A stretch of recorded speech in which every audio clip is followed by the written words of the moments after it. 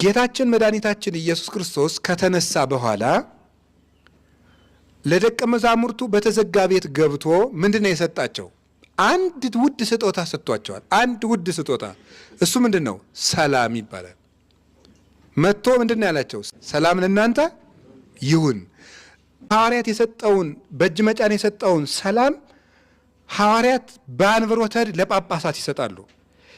ጳጳሳት ያንን ሰላም ለቄስ ይሰጡታል። ቄስ ያንን ሰላም በቅዳሴ ለማን ይሰጠዋል? ስለዚህ ሲቀድስ ምን እያለ ነው የሚቀድስ? ሰላም ለኩልክሙ ይላል። ከዛ ያቺ ሰላም አምኖ ለተቀበላት ሰው እሳት ፊት ብርቱ አንበሳ አድርጋ ታቆመዋለች። እና ለምንድን ነው እኛ ማንጽናናው ስትሉኝ፣ አምነን ስለማናስቀድስ። ሰላም ሰላም ለኩልክሙ ዝም አሁን ኩራት ነው